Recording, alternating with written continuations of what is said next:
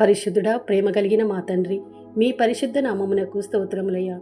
సింహపు పిల్లలైన లేమి కలవై ఆకలి కొనును యెహోవాను ఆశ్రయించు వారికి ఏ మేలుయో కొదవై ఉండదో. ఈరోజు మనము దేవుణ్ణి ఆశ్రయిస్తే నీ పట్ల ఆశీర్వాదం నింపుటకు, మేలును నీకు అనుగ్రహించుటకు ఆయన సిద్ధముగా ఉన్నారు. నీవు యథార్థంగా దేవుని సన్నిధిలో మోకరించి ఆయన సన్నిధిలో మొరపెడితే ఆయన మన కోసం దాచిన మేలులను ఇప్పుడే పొందగలము. ఈరోజు మీ బిడ్డలు తలపెడుతున్న ప్రతి పనిని ఆశీర్వదించండి తండ్రి.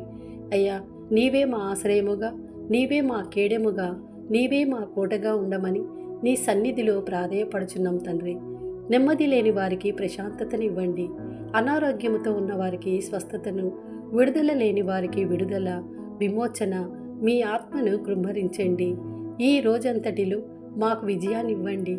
శోధన మీద జయాన్ని, పాపము మీద జయాన్ని, ఆకర్షణ మీద జయాన్ని అందించమని అడుగుచున్నాం తండ్రి.